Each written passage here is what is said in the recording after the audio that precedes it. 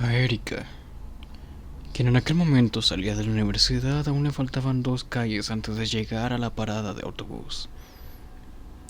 Eran casi las 6 de la tarde y la luz del sol comenzaba a atenuarse, y el bullicio había descendido desde la hora pico del tráfico.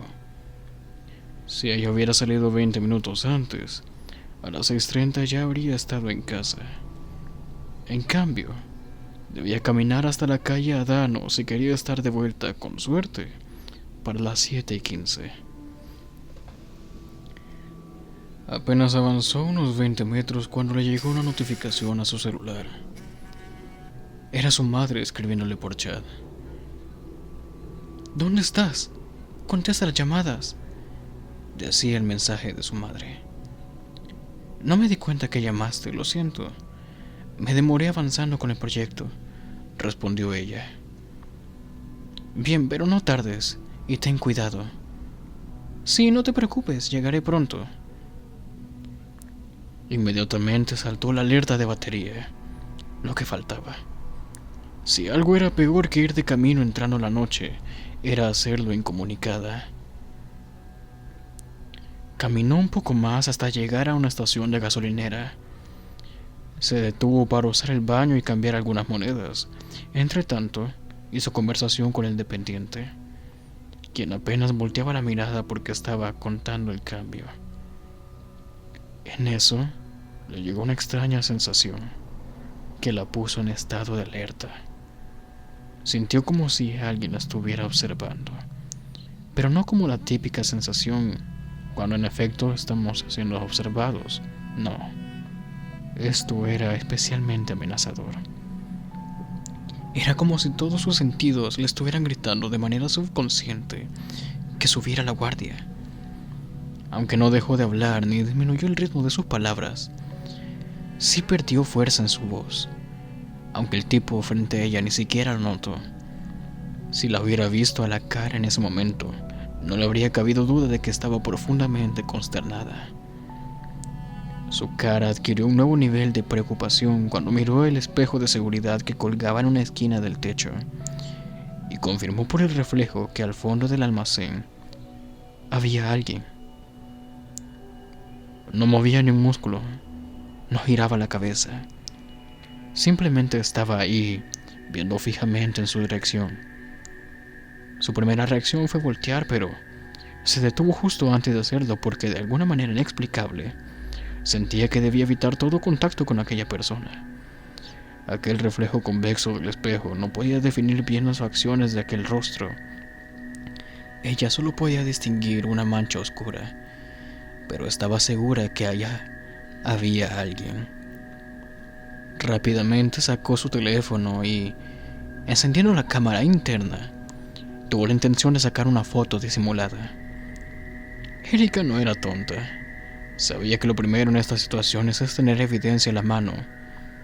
Apuntó como pudo hacia la zona donde estaba y sacó una foto.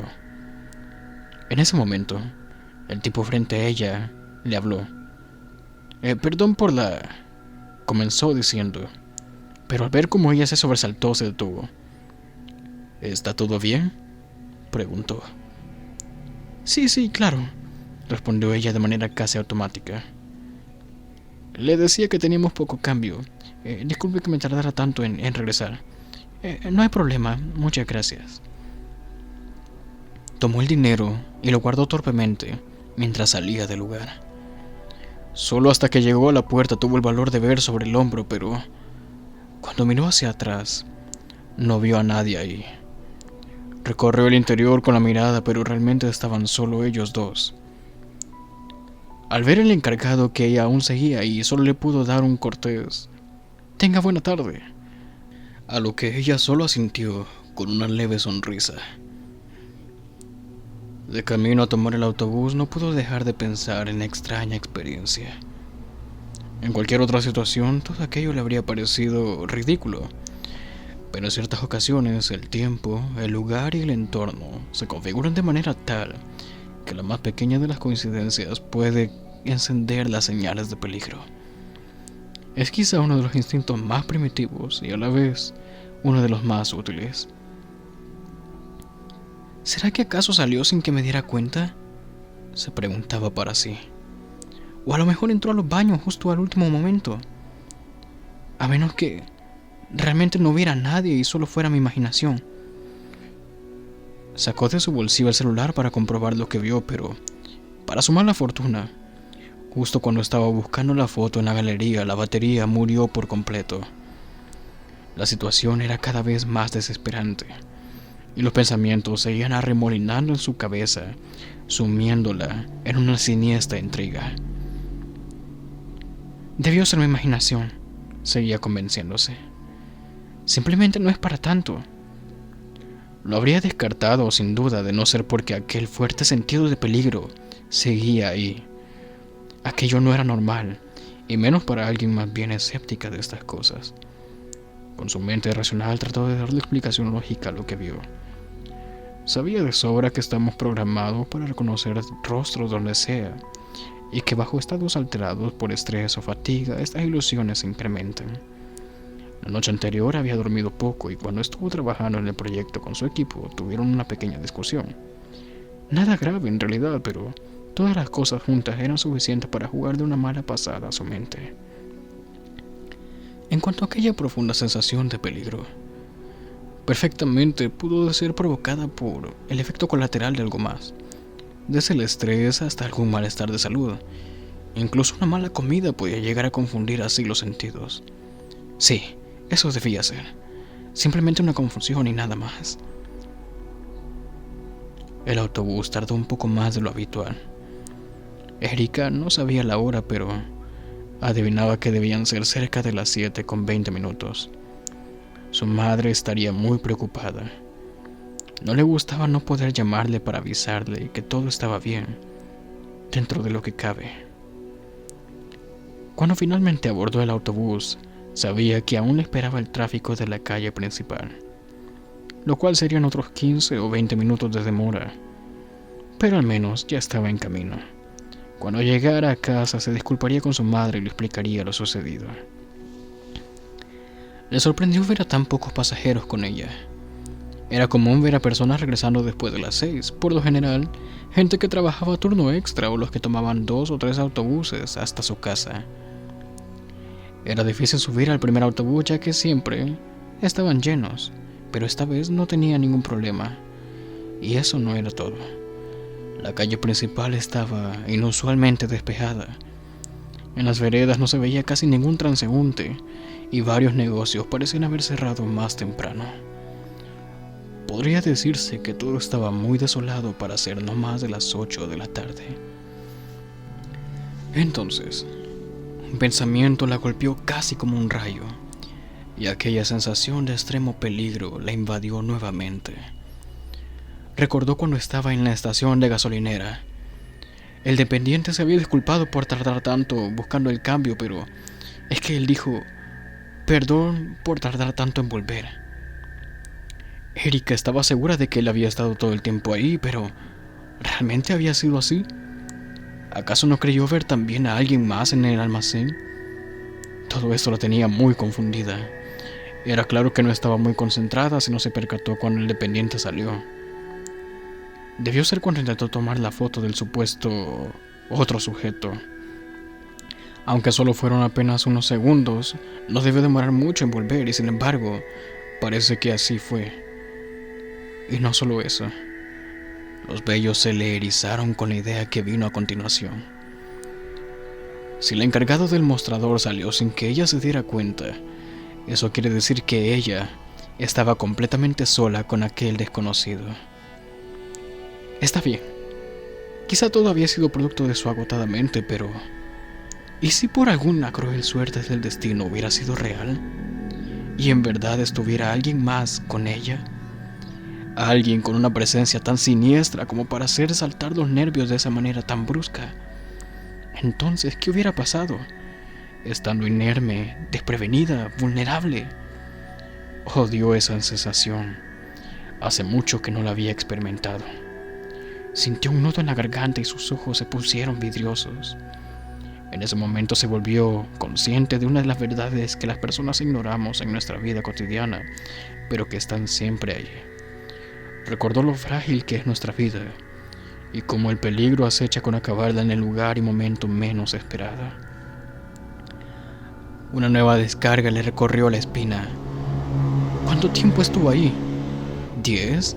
¿15 minutos? Cuando salió de la estación ya había oscurecido. ¿De verdad había pasado tanto tiempo sin que lo notara? ¿Cómo era posible algo así?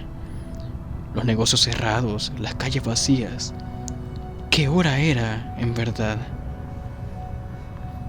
El conductor debía seguir derecho por esa misma calle, pero en su lugar tomó un desvío por un camino que no le correspondía. Con cada minuto que pasaba, las cosas parecían ponerse más extrañas. Avanzó más rápido por el nuevo camino, alejándose de la calle principal. Erika pensó en bajarse antes que se alejara más de casa, pero en cuanto se puso de pie, el conductor pisó el acelerador a fondo, disparando el autobús a toda velocidad y haciendo que Erika por poco rodara por el piso. Ella se aferró a lo que pudo y por instinto agachó la cabeza por detrás del asiento. Estaba muy cerca de la salida, pero la velocidad a la que iban era imposible bajar. Todos los demás pasajeros se veían inusualmente calmados, aunque solo podía verlos de espaldas, pues había ido a parar hasta el último asiento. Por imposible que parezca, el vehículo aumentó aún más la velocidad y Erika, ahora convencida de que acabarían por estrellarse, solo pudo cerrar los ojos y encogerse detrás del asiento, preparándose para lo peor. Lloraba, el corazón se le salía del pecho. Pasaron frente a ella imágenes de esa misma mañana, cuando estaba en la universidad trabajando con el resto del equipo. Cuán normal había comenzado ese día y cuán triviales parecen los problemas cotidianos al borde del final. Pensaba en su familia, en su madre. Lo que más lamentaba era no poder decirle unas últimas palabras. Quería decirles que los lamentaba, pero, sobre todo, quería decirles que los amaba. Entonces se activaron los frenos. Las llantas dejaron escapar un chirrido espantoso y la fuerza del momento casi la hace regresar hasta los asientos del frente. Cuando el vehículo quedó completamente quieto, Erika, aún temblando, asomó la cabeza tímidamente. Lo que se encontró la dejó helada. Todos los pasajeros habían volteado hacia ella. Le dirigían una mirada acompañada de unos rasgos antinaturales, una mirada penetrante. Y no es que hubiera algo fuera de lugar en aquellas facciones, pero transmitían una sensación extraña, una que solo el consciente más profundo podía notar. Era como si todas las partes que conforman el rostro se hubieran unido al último minuto, como si se tratara de caras prefabricadas donde se alcanzaban a ver las costuras, si se veía con atención. Pero lo que realmente estremeció a Erika no fueron esas facciones apenas humanas, sino el regreso de aquella sensación detestable multiplicada por 10, como si cada uno de los pasajeros tuviera un poco de esa presencia siniestra. Las luces de los semáforos afuera habían cambiado todas a rojo. Se encendían y se apagaban repetidamente. Vio al conductor levantarse y dar media vuelta en dirección a ella. La poca luz no le dejaba distinguir bien al sujeto. En su lugar, solo había una silueta humanoide caminando lentamente hacia ella, mientras las luces seguían parpadeando en rojo. Se acercaba más y más, pero cuando ya estaba a medio camino, las puertas del bus se abrieron y ella salió de un brinco hacia el exterior, bajando del vehículo. Corrió lo más rápido que pudo sin mirar atrás, y mientras avanzaba, vio cómo las señales a los lados del camino habían cambiado. Desde las señales de alto, pasando por los límites de velocidad y las señales de no estacionar, habían sido reemplazadas todas por la señal universal de peligro, una calavera con 2 huesos cruzados. Fue así como Erika se alejó hacia la penumbra, completamente en pánico y sin idea de dónde estaba, mientras la distancia entre ella y aquella luz roja infernal se hacía cada vez más larga.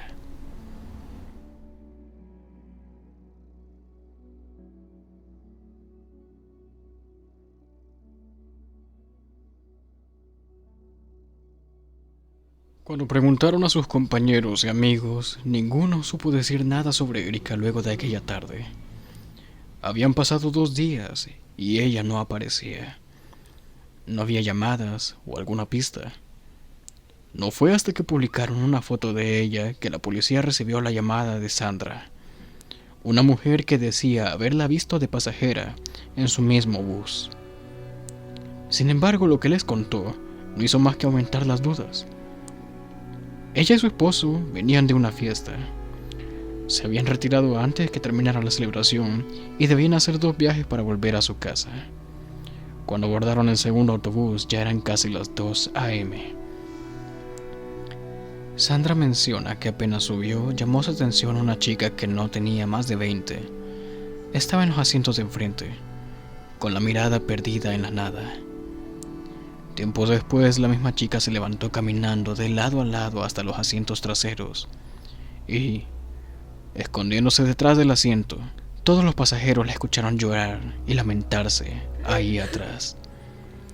Preocupados, todos voltearon para ver qué ocurría. Incluso el conductor se detuvo para asegurarse que todo fuera bien ahí atrás, pero cuando se aproximó a las últimas filas, ella se puso de pie bruscamente y se echó para atrás, mientras veía a todos con una mezcla de horror y confusión.